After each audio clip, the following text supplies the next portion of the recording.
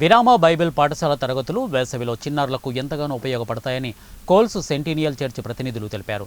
ఇక నగరంలోని కోల్స్ centennial church ఆధ్వర్యంలో చిన్నారులకు బైబిల్ విరామ తరగతులు నిర్వహించారు.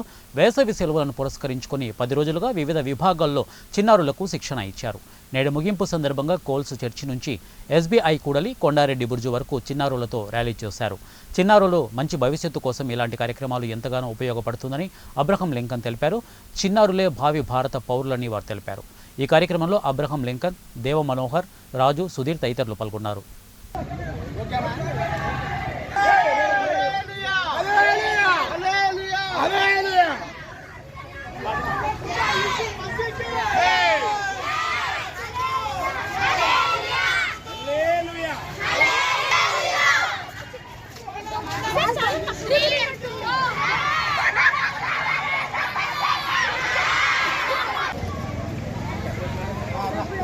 will be the future church. అవునండి, మనకంతా తెలిసినది. మా జనరేషన్స్ అయిపోతాయి. Next they are emerging. దేవుని కొరకు, యేసు ప్రభువు కొరకు శిష్యులుగా చక్కగా తయారు చేసి ఒక మంచి క్రైస్తవ సమాజాన్ని తయారు చేయడం మా యొక్క లక్ష్యంగా ఉంటున్నది.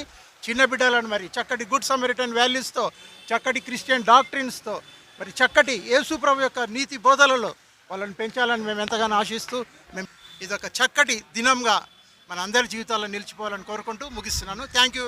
మరి ఈ సమ్మర్ వెకేషన్లో చిన్నారులు అటు ఇటు పోకుండా మరి సంఘంలోనే ఉంటూ మరి మంచి నీతి బోధనలను నేర్చుకోవడానికి, ఒక మంచి నాయకత్వాన్ని అలవర్చుకోవడానికి, మరి మంచి పాటలను నేర్చుకోవడానికి, సమాజంలో ఏ విధంగా జీవించాలనేటువంటి ఒక స్పృహను కూడా తెలియజేస్తారు టీచర్లు వారికి.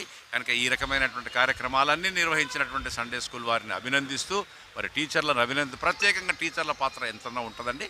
VBSలో పిల్లలకి హానరబుల్ వెసిల్గా, ఘనమైన పాత్రలుగా ఈ లోకంలో సంఘంలో ఎలా ఎదగాలి అనే ఆత్మీయ సత్యాలు బోధిస్తూ అనేక పాటలు, దేవుని సంగతులు, ఆత్మీయ సంగతులు, అదేవిధంగా ఆత్మీయ ఆహారంతో పాటు శారీరక ఆహారం కూడా వారికి ఇస్తూ క్రమశిక్షణలో ప్రోత్సహిస్తూ మంచి పౌరులుగా తీర్చిదిద్దడానికి, క్రైస్తవులుగా వారి భవిష్యత్తులో దేవుని బిడ్డలుగా బ్రతకడానికి పునాదులు వేయడానికి ఈ VBS కార్యక్రమం ఎంతో దోహదపడిందని తెలియజేస్తున్నాను. Thank you. ఒక నవ సమాజాన్ని మరి తీసుకుని రావాలని చెప్పి మా యొక్క ఉద్దేశం, దేవుడి ఉద్దేశాన్ని గొప్పగా ఆస్వాదించాలని, మరి కర్నూలుకు, మా దేశానికి ఒక ఉజ్వల భవిష్యత్తు ఎక్కడుందంటే మా బిడ్డలో ఉందని చెప్పి మేము గుర్తిస్తుంటున్నాం.